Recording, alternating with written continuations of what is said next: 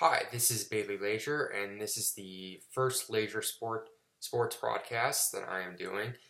I'm going to be talking about what's going on in the four major national sports leagues. What's going on where I'm from locally in Arizona around the sports world, and talk about some other upcoming games and other sports news going on.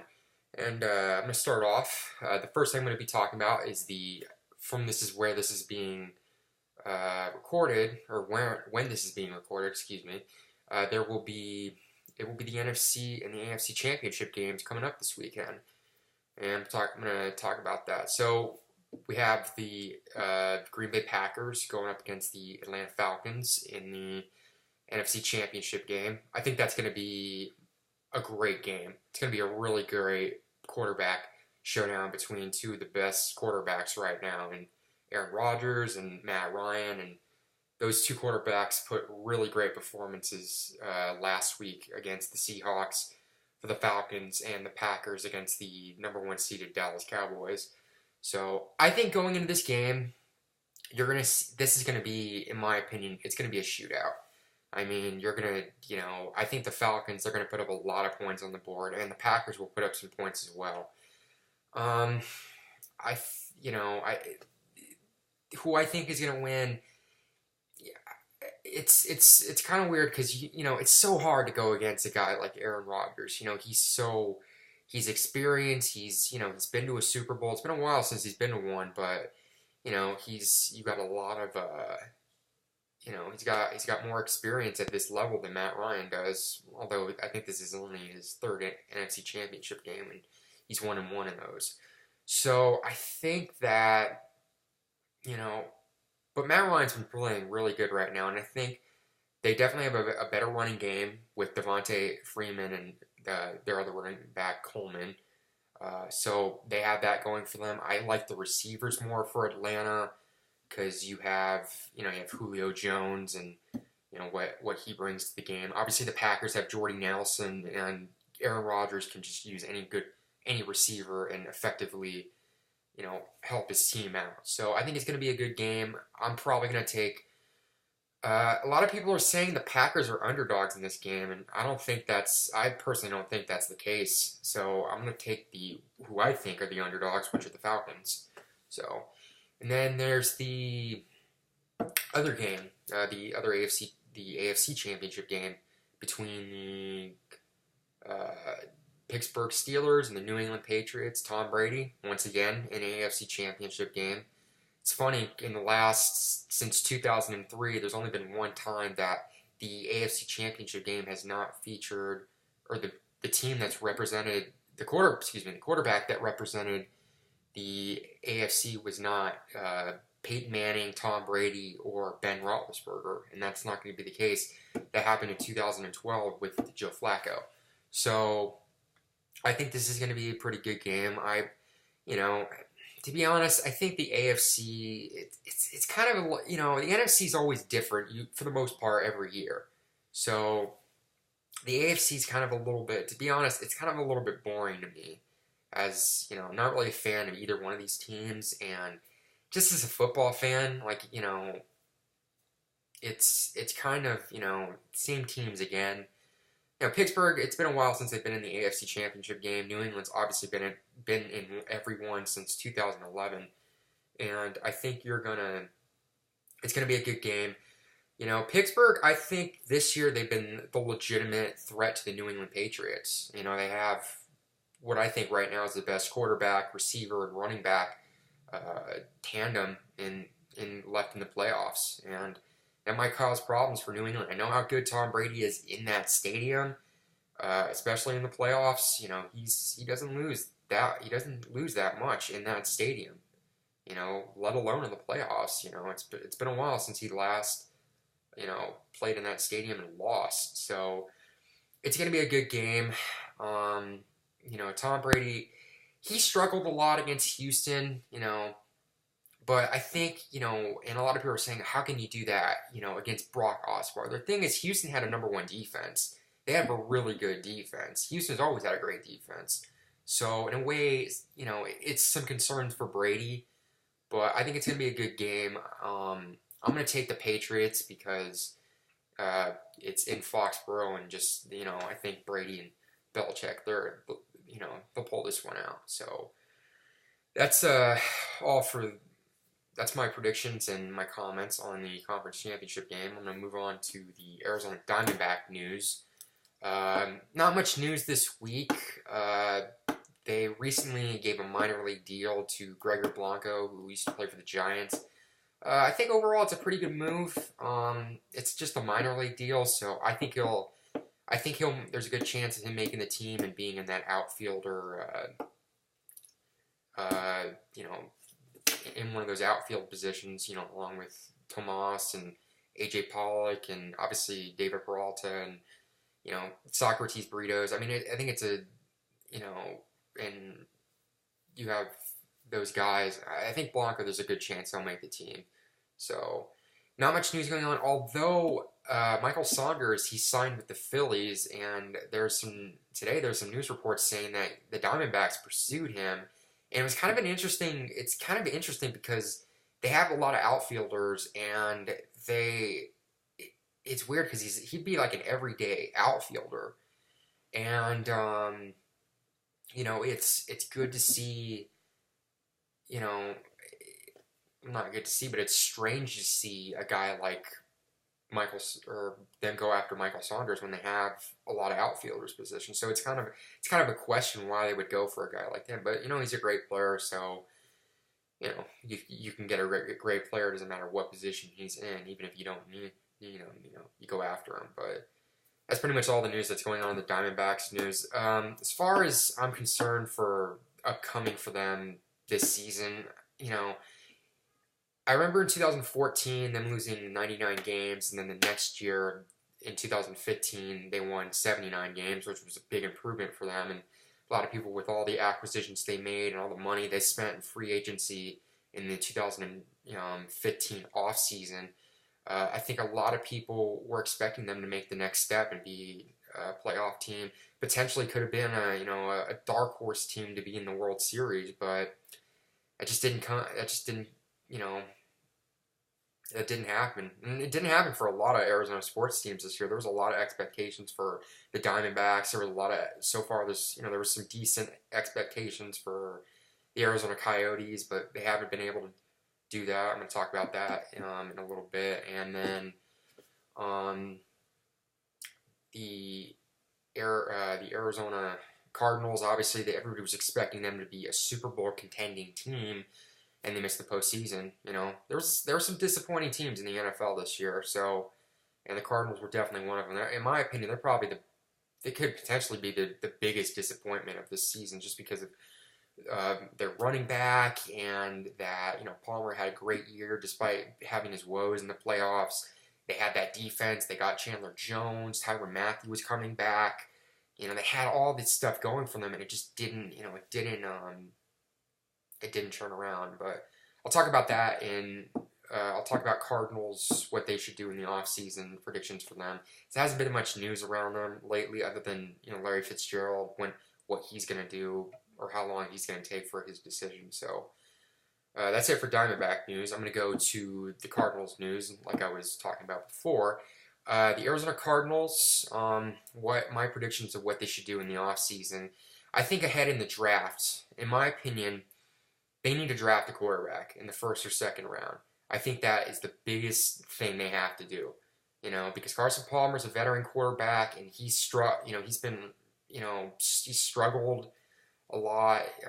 Struggled a little bit this year. I personally don't blame all the losses on Palmer, although a quarterback is very responsible for a team's win-loss record. But it comes down to, I think coaching was a big reason why they lost games. The biggest factor, I think, in this season, because you look at the Cardinals, what they did, they were the 9th-ranked offense in the NFL. David Johnson had an amazing season, and they had the number 2 defense in the entire NFL. They had a great, on paper, this is a team that you'd think, if you told me that is what their stats were going to be before the season started, I would have said, they're going to be in the Super Bowl. But the problem that happened was pretty much they lost a lot of games because of bad coaching decisions and special teams. I mean, Chandler Catanzaro, I mean, he's been very hit and miss this season. A lot of early in the season, a lot of his struggles were coming from the long snapper because it wasn't Mike Leach, it was somebody else. I can't remember his name. If anybody in the comments section wants to tell me who it is, that'd be great. They replaced him and got a long snapper, and then just Catanzaro would just the Seattle game where they tied, he missed that important kick. He missed a lot of kicks in Miami. That was probably the game where I said, all right, the Cardinals are not going to be in the postseason because he missed extra points. That's the big thing this season is that the extra points are no longer a gimme, and I think it definitely hurts kickers, but I think it makes the game a lot more exciting because you saw what happened in the next Seattle game, and that extra point would have given them the lead in that game. They would have been up by one after Russell Wilson went down the field and scored, and he missed the extra point, and the Cardinals went down the field, and Catanzaro was able to get a clutch field goal. I don't think he's a terrible kicker, but I think the Cardinals need to make a lot of changes in the special teams area because that for your weakest link to be special teams, that's pretty bad.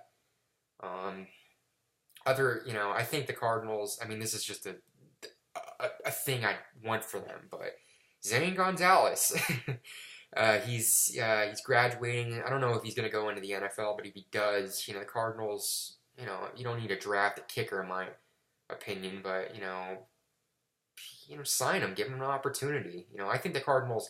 It's way beyond kicking as well. They need to make changes. I think they need a whole new special teams coaching personnel because that really hurt them. Punting could be something they switch. They kind of did that, and their punter they had then I forgot his name, but he's I think he'll be very. He looked better than Drew Butler, but anybody's better than Drew Butler. So it's no, but they really need big plays from their special teams. Their punt returners and their kick returners. You didn't see that much this season, and I think the last return touchdown that they had was in 2015 when David Johnson he was a third string running back, and he was playing special teams, and he took the opening kickoff for the Cardinals for a touchdown.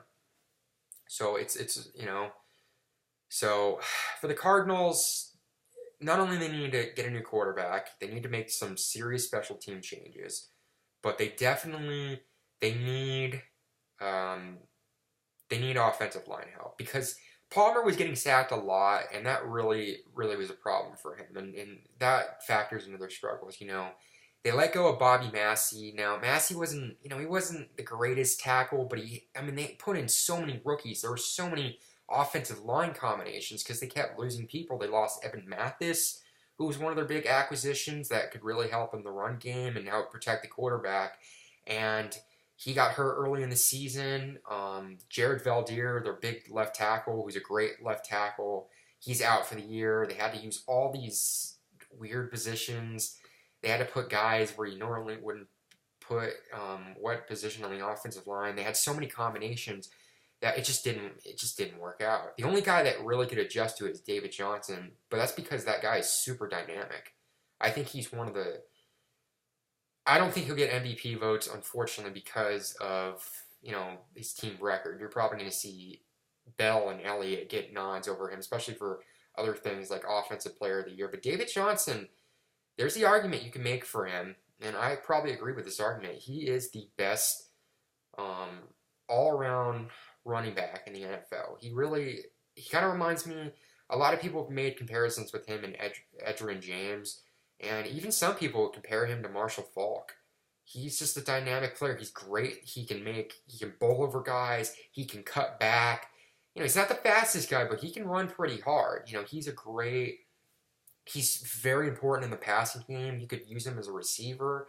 He's so dynamic. He's a very great running back and great player. And I think the Cardinals having him, he's only in his second year. It was good in that last game when he hurt his knee. It was only a sprain. It wasn't an ACL or it wasn't any torn injury. So it was very good that it wasn't any kind of tear or anything like that. So, I think he should have probably not been playing that game, but he was very close to getting 1,000 yards rushing and 1,000 yards receiving. He would have only been the first player.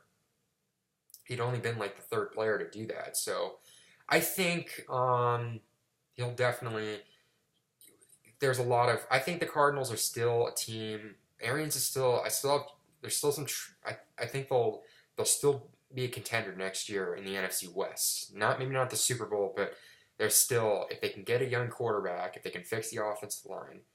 The thing about the NFC West is the Cardinals did a great job in that division. They were 4-1 or 4-1-1. They beat the Seahawks in Seattle. That's the thing. Carson Palmer's been undefeated in Seattle when he starts a quarterback. He knows how to beat that team in Seattle. They beat the 49ers twice. Every time the Cardinals play the Rams, especially in Arizona, they always, last two times they played, they lost. The NFC West, when these teams are playing each other, it's, they're not, for the most part, they're not blowouts. They're hard, rough football games. And Seahawks, to be honest, this year, they didn't really play that well. And, they keep saying, it's like, why doesn't, we dominated, or, I remember the statement I think Earl Thomas made, saying it's like, well, I'd like to see Brady play in our division. He wouldn't last a sec. He'd struggle in that at least. So, I see West. Anytime these teams play each other, it's always, especially during the Rams and the Seahawks, like you see them struggle, or the Rams always get at least one win off the Seahawks. It doesn't matter how bad their team is. They do well against the Seahawks. They try to play their best, and they're able to get a couple wins off them in their last 2 seasons. In 4 games, they've won 3 of 4. It's so weird. I think it's very weird, but that's just my thoughts. So other big things they're going to have to do in the off season is defense. There's going to be a lot of questions. Tony Jefferson and DJ Swearinger, those are 2 safeties that really played good this year. I think you're going to have to see.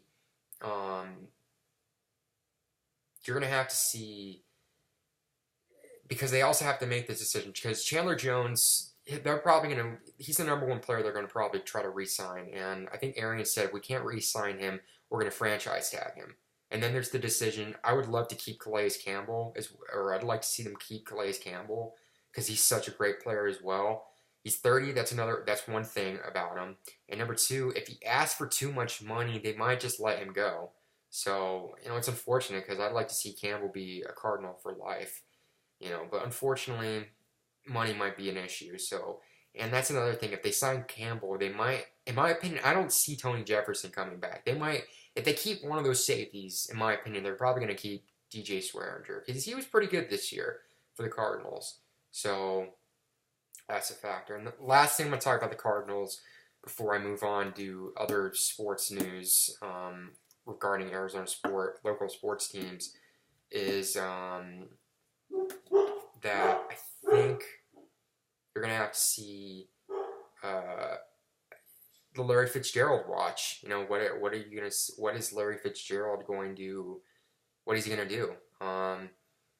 Is he going to retire? Is he going to come back? Is he going to possibly go to a different team?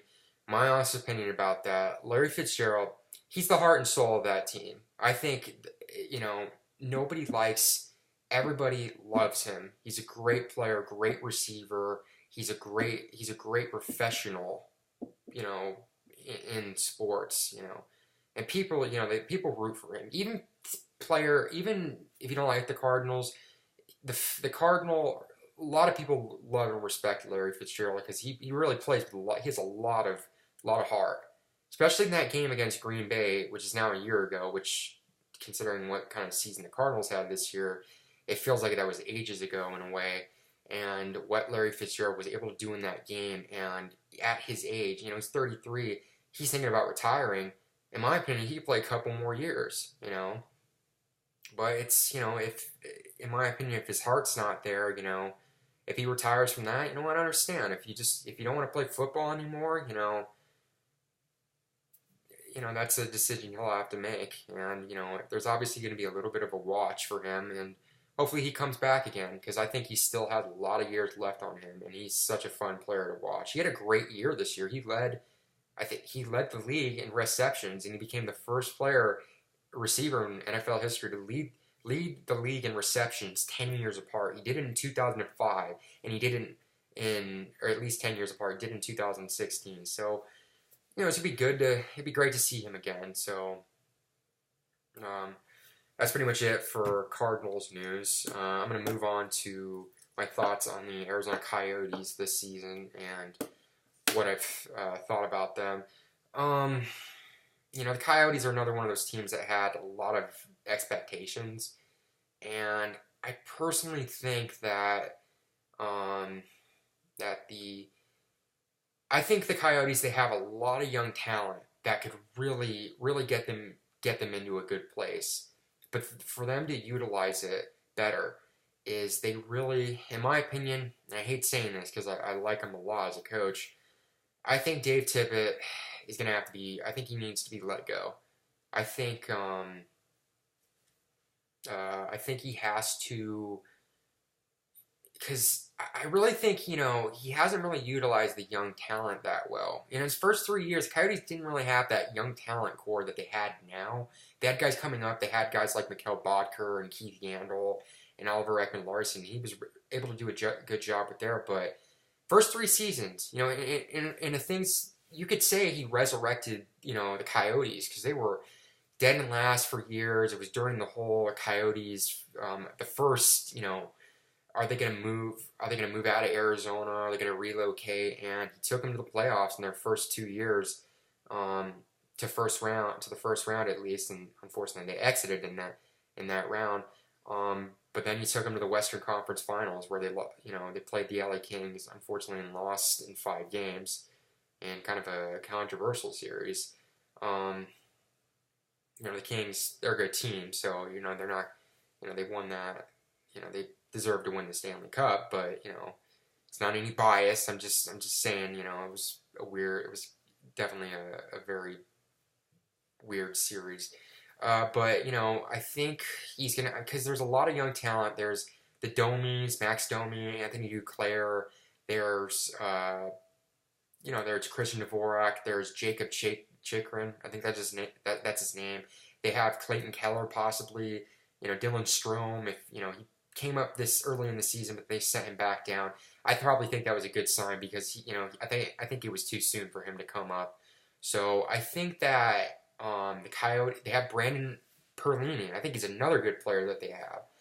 I think they have to make some kind of coaching change because these guys, even though the Coyotes they're amongst right now, they're near the bottom of the Western Conference. I haven't really been following them that much this season, but I think the Coyotes, they have a lot of great talent. I just think there needs to be some personnel changes. And I know this still is a pretty young general manager. So I hope he makes some coaching decisions. I mean, Dave Tippett, he took the Coyotes the first 3 seasons. They were in the postseason. Last 4 at least, they haven't been in the postseason. It's not looking like they're going to get there this year unless they make a major turnaround, which don't really see happening. So the Coyotes, they got to make I think that is a move they got to make. That's just personally my opinion. So we'll see what happens. And I'm going to be talking about, the last thing I'll be talking about is the Phoenix Suns. I got to be honest, I don't really follow basketball that much. I kind of follow the Suns. I do watch the NBA playoffs. I do watch the finals.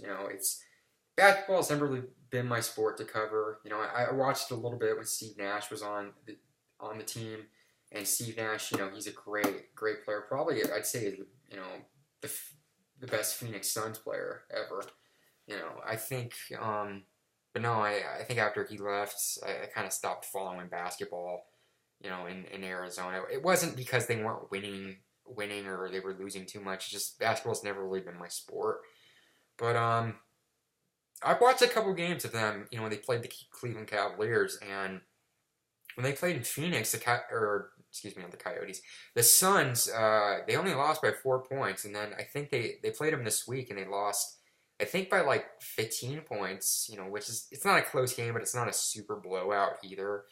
And that's a good sign for the Suns in their future, that they can play up to with guys like LeBron James.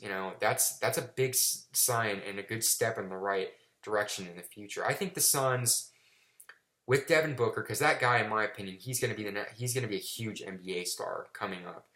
And if they can get some more players, I thought a couple years ago when they had Dragic and they had Goran Dragic, they had Eric Bledsoe, they had all these these players, and I think it was around after the 2014 season where the Suns won 48 games, but they missed the postseason just because of the Western Conference and how competitive it is compared to the Eastern Conference, at least at the time. Again, I haven't really been following basketball that much, but I think the Suns, with Devin Booker and with Eric Bledsoe, there's a lot of good signs in the right direction. If they can, I compare them with this team in the fact that I thought the Suns, if they got one more big player at that time, they would have been, could have been a contender coming up. But obviously the whole debacle with Goran Dragic and what happened with the front office, and they had Isaiah Thomas, and then they traded him after giving him a big contract, and it fell apart. It fell apart for them, and the Suns are where they are now. But the Suns are still, there's a lot of good future toward with them. If they can just keep developing Booker and get some other big players, draft some big players, maybe sign if they can get some other big players in free agency or anything like that. I think the Suns will definitely be a good team coming up. I know the Western Conference is very competitive, but I think eventually they'll compete with them. I think the Suns, if they can, hopefully if the front office can avoid any of the Dragic stuff, the Suns could be good in in the next 2-3 years. So that's pretty much it for news. If you're watching this, thanks for watching. I have a Twitter. I do have a Twitter. It's at BaileyLeasure96. I'll put it in the description below. Another thing, I recently did a podcast on a YouTube channel called Guns N' Roses Central, and it was doing a podcast talking about the band Guns N' Roses and what's going on with them. So if any of you guys are watching and you like Guns N' Roses, check that out. I'll leave a link in the description below. So thanks for watching. Actually, another thing, if you disagree with any of my comments or any of my opinions, if you guys want me to talk about other sports, feel free to do that. I want feedback from whoever's watching, so feel free to do that. All right, thanks for watching, and I'll see you all later.